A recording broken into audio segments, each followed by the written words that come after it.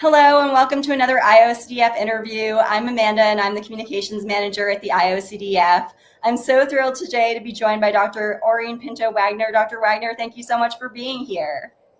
Thank you, Amanda. My pleasure. Thank you If for you don't inviting mind, me. thank you so much. If you don't mind, would you just start off by introducing yourself, please? Yes, my name is Aureen Pinto Wagner. As you see, I'm a clinical child psychologist, and I specialize in cognitive behavioral therapy for children, teens, and adults with anxiety disorders and OCD. And I practice at the Anxiety Wellness Center in Cary, North Carolina. I provide in person treatment as well as telehealth. I'm a member of the Scientific and Clinical Advisory Board of the IOCDF, and I am the author of Up and Down the Worry Hill, a book for children with OCD, What to Do When Your Child Has OCD for parents of children with OCD, and also a treatment manual on treating OCD for therapists. I also provide a lot of training workshops for parents and professionals. Fantastic. How did you first become interested in specializing in OCD? When I was doing my postdoctoral fellowship at the Brown University Bradley Hospital, I was fortunate to have a wonderful supervisor and mentor, Dr. Greta Francis, who specialized in treating kids and teens with anxiety. And so I had the opportunity to be trained by her. And I found it so powerful and so wonderful to see kids get well. But I also saw some of the challenges in working with kids and teens. And so I quickly understood that, CBT was very effective, but it was as much an art as it was a science. And I really wanted to learn more. And so that's what I, um, you know, got into. And I really delved into it. And I did a lot of reading, attended a lot of workshops and conferences, and sort of just got in the trenches and learned from a lot of experience directly working with children and families. What does a typical day in your practice look like? So I see patients on some days of the week. I have my clinical days, and I those are very busy, energetic days.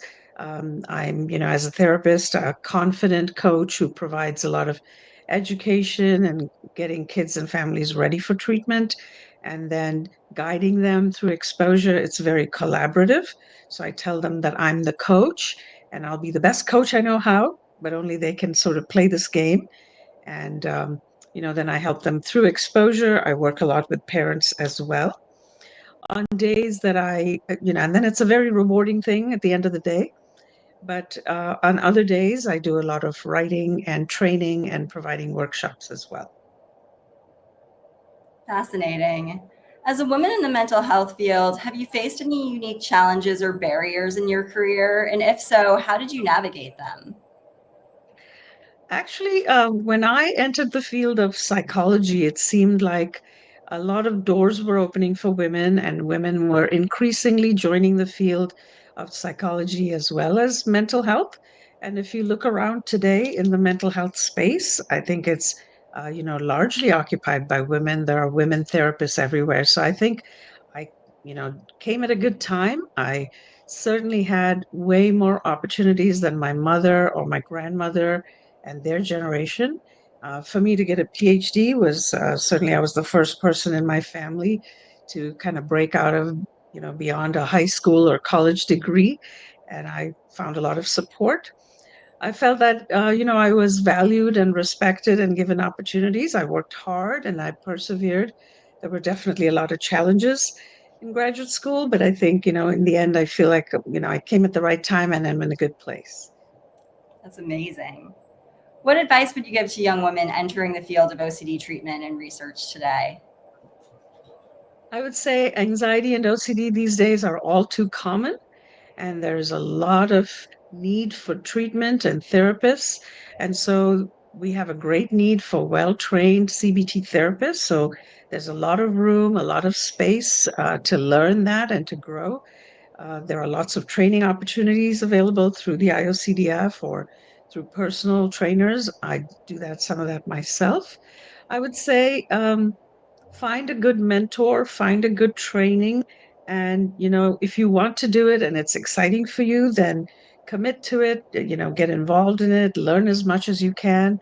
And, I think there's a lot of room in the mental health field for women these days. And with the internet, the advent of the internet, I think has opened so many doors. As a matter of fact, that was one of the benefits for me as well. I was able to write and market my books and reach, a global, consumer base because of the internet through my books. And I see so many young therapists, women these days, who have their own websites and social media and do a lot of internet based work. So I think it gives a lot of flexibility there. You're not bound by some like traditional models of learning and practicing anymore. Yeah, it's amazing to hear about those opportunities that are out there. Yes.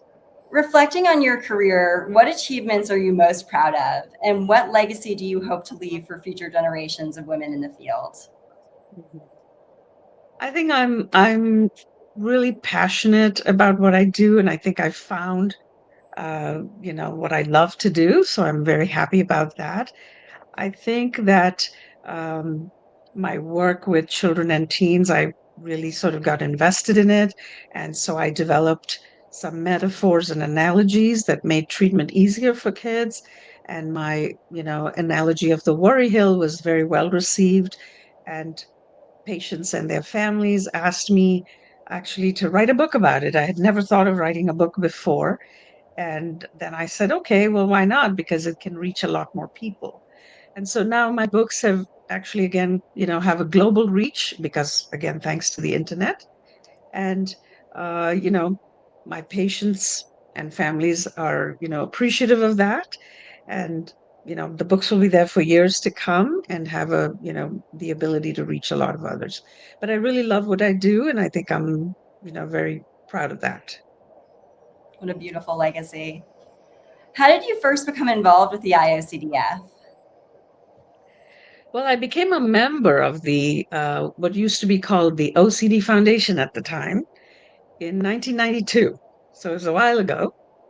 But I was just a passive member. I got the newsletter, I read it, but I wanted to learn more early in my professional life.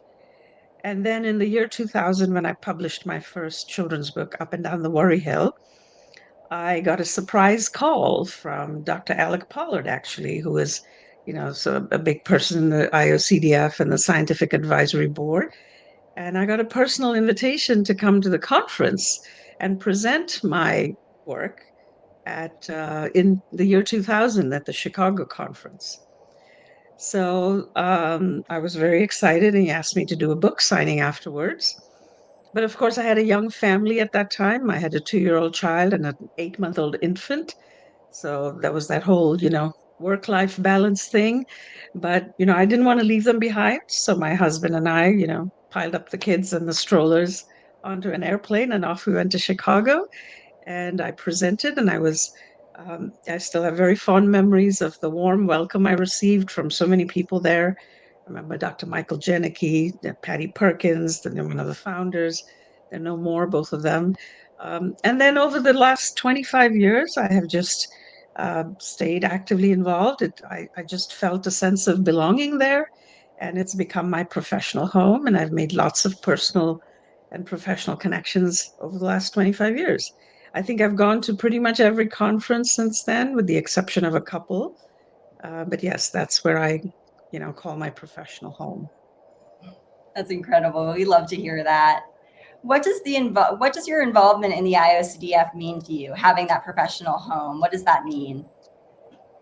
Um, I think that, I'm very pleased to have been a part of this IOCDF community for so long. I've learned so much. And I think it's a two-way street. I feel like I have a lot to contribute, but also I'm constantly learning. I'm learning from my colleagues, the professionals there. I attend their workshop, and I've learned a lot from the youth, the children, teens, and families who come. I do some of the kids' workshops. I do parent workshops. So it's a very interactive, give and take kind of community. And so like I said, it's a lifelong learning place, and I'm pleased to be a part of that. Wonderful. Well, Dr. Pinto Wagner, thank you so much for taking the time to speak with me today. It's been such a pleasure. My pleasure too. Thank you so much for inviting me. Of course.